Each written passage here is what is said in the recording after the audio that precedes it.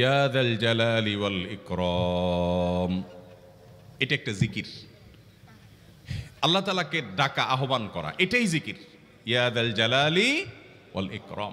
নবী করিম সাল্লাল্লাহু আলাইহি সাল্লাম বলেছেন, আলিজু বিয়া যাল জালালি ওয়াল ইকরাম, তোমরা ইয়া যাল জালালি ওয়াল ইকরাম এটাকে আঁকড়ে ধরো, এটাকে নিয়মিত করো, বেশি বেশি করে বলতে থাকো এটাকে সব সময় এটাকে মুদাওয়ামাতের সাথে কন্টিনিউয়াসলি এটা বলতে থাকো, ইয়া যাল জালালি ওয়াল ইকরাম।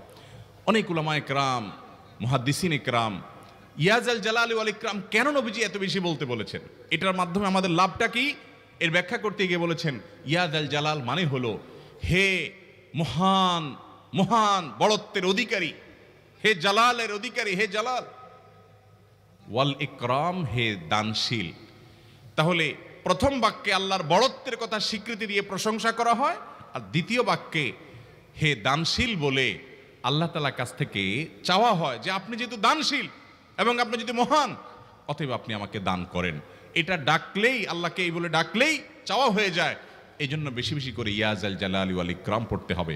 অনেকে হয়তো নতুন শুনেছেন, আজকে থেকে শুরু করে দিবেন ইয়া যাল জালালি, সকাল বিকাল মনে থাকে না তো লিখে লিখে ওয়ালে টাঙ্গায়া দেন, বাসা বাড়িতে এমন জায়গায় লিখে রাখেন তাকাইলে নজরে পড়ে।